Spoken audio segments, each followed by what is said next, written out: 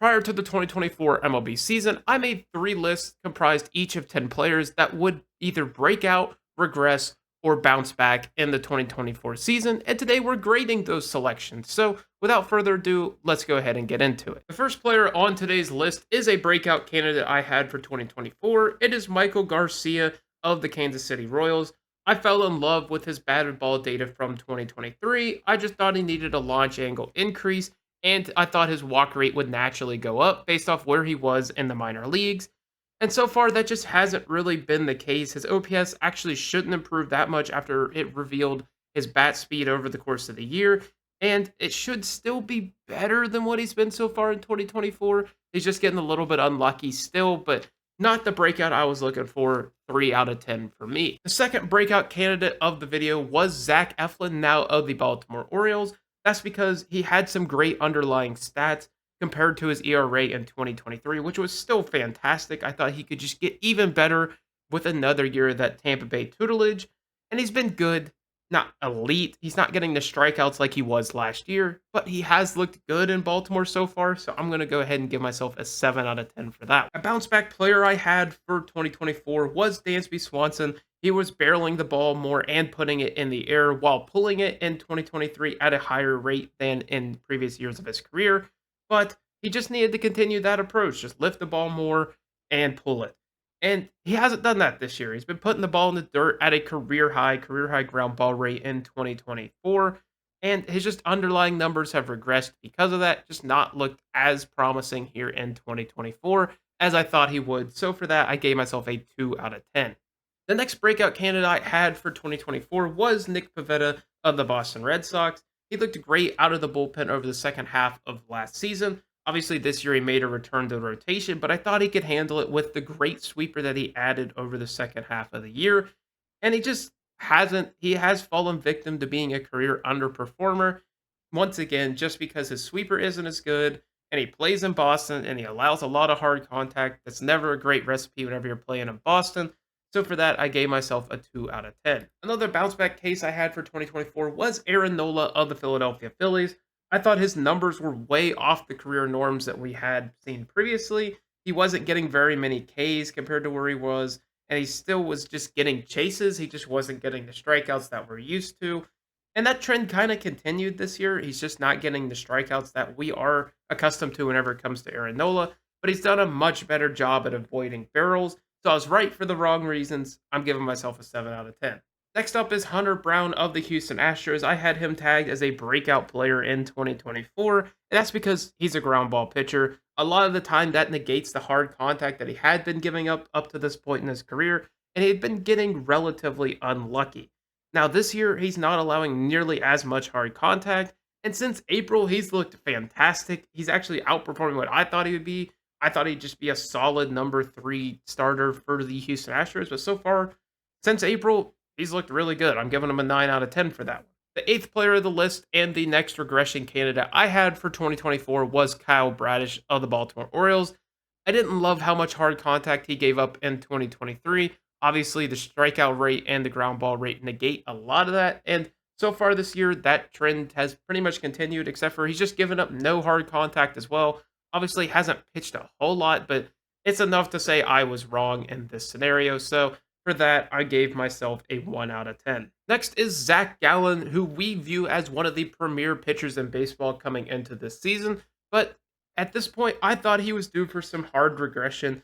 He does allow a lot of hard contact, and he wasn't a ground baller up to that point in his career. But this year, he's kind of switched to who he was as a pitcher. He lost a lot of his saving graces of getting no walks. He's getting less Ks, but he's getting more ground balls. So it's kind of evened out in a way. He's still giving up more production from the other team. So for that, I gave myself a 7 out of 10, but I commend him for trying to switch who he was as a pitcher. The 10th player of the list and another bounce back candidate I had for 2024 was Ty France of the Seattle Mariners. He did lose count leverage a lot. He was a lot more aggressive in 2023, and he has too much history of being a good hitter for me to think he was going to be bad in 2024. But those numbers continued to slip. He looked solid with the Reds after being put on waivers so far, so that saved a little bit of my grace, but not much. I gave myself a 3 out of 10. Next up is Brian Hayes, who I looked at as the savior of the Pirates for a long time.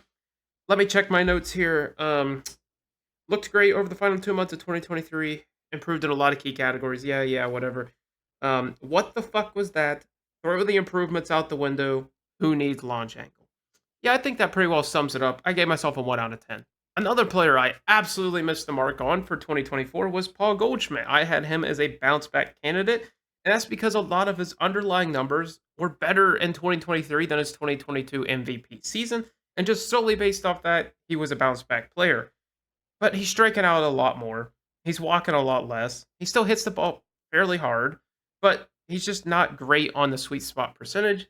He's getting a lot of barrels, but not great sweet spot, and he just looks a little bit older at this point in his career. So for that, I gave myself a 1 out of 10. The 13th player of the list is another player I thought would regress. It's going to be Blake Snell of the San Francisco Giants. Previous to 2023, he gave up a lot of hard contact and relied on Ks with a really low hit per nine in 2023.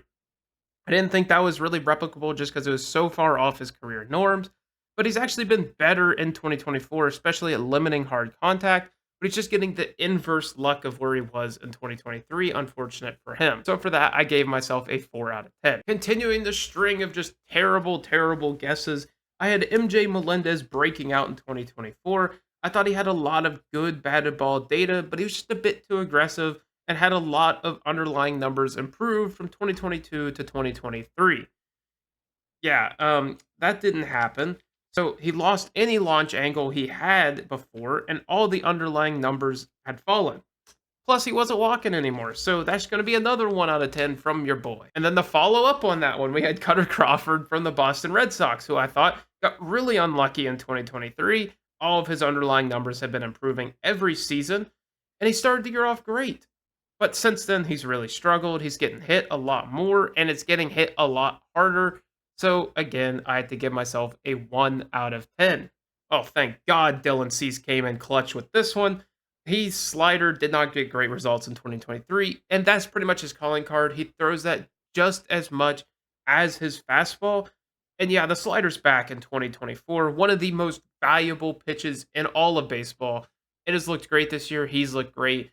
I'm so happy he bounced back because I needed something to go right for me. I gave myself an 8 out of 10. Next up is Corbin Carroll, the Rookie of the Year from the Arizona Diamondbacks. I had him as a regression candidate in 2024. That's because I didn't love his elite batted ball data. He does a lot of things good, but not elite like he was in 2023. And he actually has improved in a lot of the things that determine what a good hitter is. His K rate improved, walk rate improved. He's just not getting the same sweet spot percentage success that we saw in 2023. So a lot of his numbers have regressed, and for that, I gave myself an 8 out of 10. Next up is Joe Ryan of the Minnesota Twins, who I thought would bounce back this season very well. That's because of his increased sweeper usage, and just because he had such a great beginning to 2023, I thought he would be more used to the full season workload. And he's continued that. He uses that heavy strikeout, low walk trend that we see across baseball. Not as many chases this year, but just getting better batted ball data. So he's having a great year. I'll give myself an 8 out of 10. All right, everybody close your eyes and ears for this one. Next up is Stone Garrett of the Nationals. God, he looked good in 2023. He had great times where he looked like one of the better players at the position. He looked more rounded as a player with Washington. He really improved some of the things you'd like to see. His sweet spot percentage, walk rate, everything was coming together. I thought he'd come into 2024 and look great. Yeah, he's never made it out of the minor leagues this year, so for that I had to give myself a 0 out of 10. Can't get much worse than that. Well, at least Max Scherzer actually pitched in the majors this year. I thought he did enough in Texas in 2023 to be a solid pitcher in 2024. A lot of people had wrote him off, but I think in his time in Texas he did enough, especially with his per nines, to really prove to me he still had a good pitcher left in him. Opponents are chasing more, but they're making contacts in those spots. So it's a small sample, but they're making contact. He's not getting the strikeouts that we're used to, but he's still getting great numbers and getting great numbers on the batted balls that they are putting in play. So for that, I gave myself a 6 out of 10. Next is Grayson Rodriguez of the Baltimore Orioles. I thought my case with him was pretty simple. He was a top prospect just last year. He looked great over the second half of the season last year. He just had to keep staying aggressive, throwing strikes. And he did that this year. He did switch from a slider to a sweeper, which I thought was a mistake based off the result. But contact is considerably less hard, and he's getting it more on the ground with more strikeouts. Looked great so far in 2024. He has had some injuries, but he didn't make necessarily the breakout case I thought he would. I thought he would be towards one of the top pitchers in the game. Not quite there, so I gave myself a 6 out of 10. Next is Eugenio Suarez, who I thought would have a bounce back year in 2024. Boy, I was wrong, but let me explain. He has elite batted ball data, and I thought getting him out of Seattle on a new team and a contract year would yield some good results. I thought he would at least, be motivated to at least have a great year, and I thought that extra motivation would help him. And it hasn't. He has cut down on some of those strikeouts that we know he's notorious for, but it just hasn't yielded results, especially because some of that has come at a cost of his elite batted ball data. So just not looking like a great elite hitter in this season. So for that, I gave him a 3 out of 10. Next is Eduardo Rodriguez, who I had as a regression candidate in 2024. I didn't love his peripherals. He didn't really have an elite one, in my opinion, and I thought he benefited greatly from pitching in Comerica. He has not pitched enough for me to really give him a grade in 2024. I know he just started pitching in August, and I just don't think that's fair. So far, he's looked okay, but I can't really give him a grade over the limited sample so far in 2024. But a regression candidate who I can give a grade to is Xander Bogaerts. He made this list because I thought his expected stats were way worse than his traditional, and his underlying numbers had been slipping for years at this point. And he's actually been better on the underlying side this year. He does have a worse strikeout rate and a worse walk rate, but his WOBA is almost the exact same as last year, and he's getting much worse results, much more in line to where he should be as a hitter. And joining him on the regression list is Ha-Seong Kim, his teammate, and that's because I thought mainly he shouldn't be hitting the home runs that he hit last season. Obviously, he hasn't quite been up to par this year as compared to last year, but the home runs have pretty much stayed the same. It's just his BABIP has taken a hit, and that's going to happen whenever you have one of these soft contact kings. So he's regressed, but in the opposite way that I thought he would. So for that, I gave myself a 5 out of 10.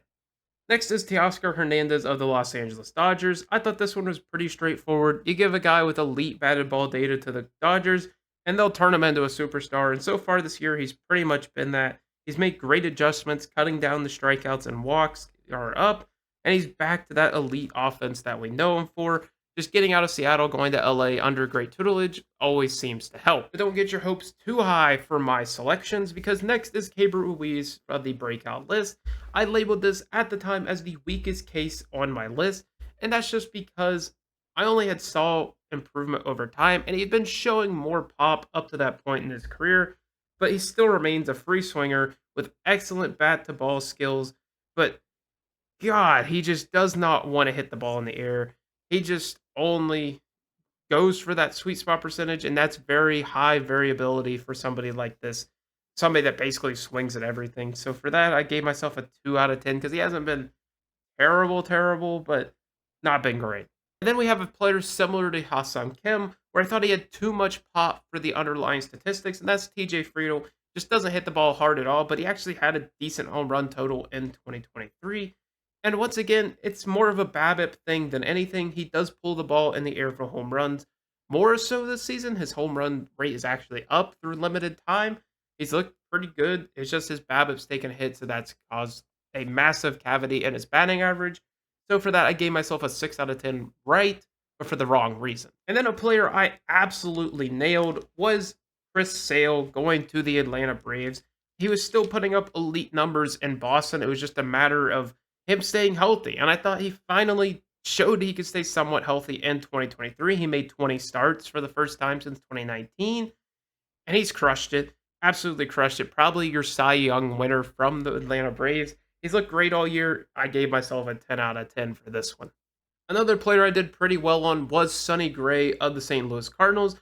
I thought his home run rate in 2023 was way too low compared to where it had been previously in his career, and he had been allowing way too much hard contact for that to be sustainable. And to his credit, he has reinvented himself in 2024 for more strikeouts but allowing more barrels. But that has forced him from an overperformer to an underperformer, meaning his ERA is a lot higher than his expected ERA, whereas before in his career it had been the opposite. So I gave myself a 7 out of 10 just because we're all about the traditional stats whenever it comes to the grading period.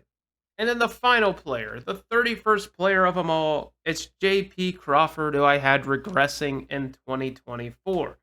I thought his numbers were not sustainable, especially considering it was the first time we'd seen that kind of production in his whole 7-year career. I just thought it wasn't really realistic, and he lost a lot of that. We see that with these soft contact guys that once they lose that sweet spot success, it's pretty much over. And he's been striking out a lot more in 2024. He is dealing with some injuries, but it's just not looked great from JP Crawford so far this year. So I gave myself a 9 out of 10 for that.